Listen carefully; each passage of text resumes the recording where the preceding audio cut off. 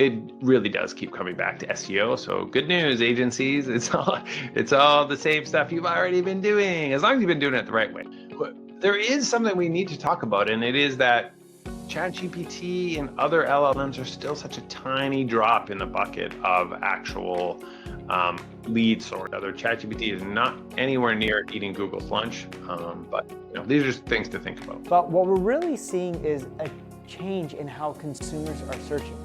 It used to be where they type in 1 or 2 word phrases and they go through 5, 10 websites and do the research and figure out what they're looking for.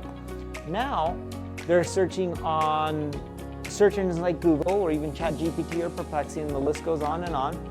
They're typing in much more detailed questions because you can now get a much more thought out answer. If you go back 10 plus years ago, the way people would write content is for robots.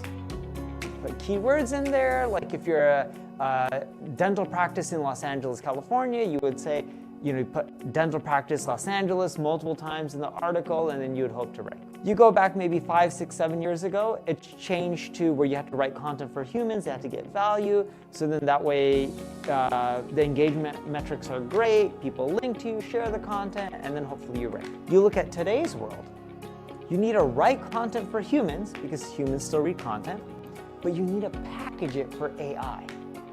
And if you're not using structured data correctly, if you're not being concise with the answers that people are looking for, AI is not going to showcase your result and you're not going to get as much love. And if you look at traditional Google search, it's changed. Google is still a traditional search engine, but they're using so much AI to showcase answers and results